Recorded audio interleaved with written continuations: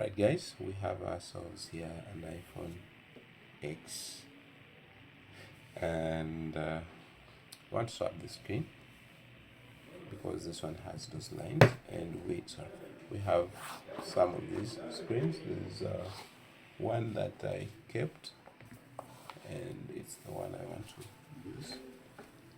So before we go in, let's switch it off. That is, hold down the volume down button and power simultaneously for a few minutes. This part is not sensitive. It can sense, but it needs a lot of. You first come and do your thing.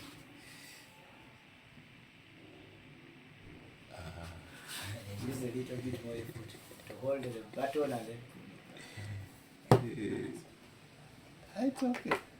It's okay. So